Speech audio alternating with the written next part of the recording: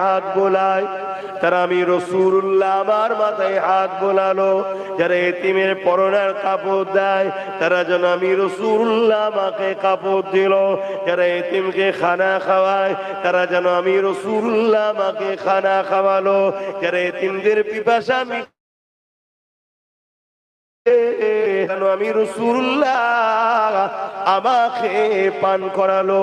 আর যারা আমাকে পান করালো এতিমদের পিপাসা মিটাবে। আমি রাসূলুল্লাহ জানিয়ে দিই কিয়ামতের কঠিন দিনেতে যেদিন পিপাসাতে মানুষের কলিজা ফেটে যাবে।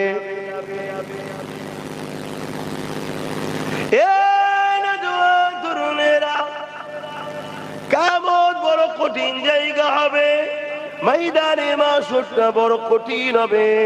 আমরা শুনছি কিয়ামত কিয়ামত কিয়ামত, ময়দানে মাশর কিয়ামত।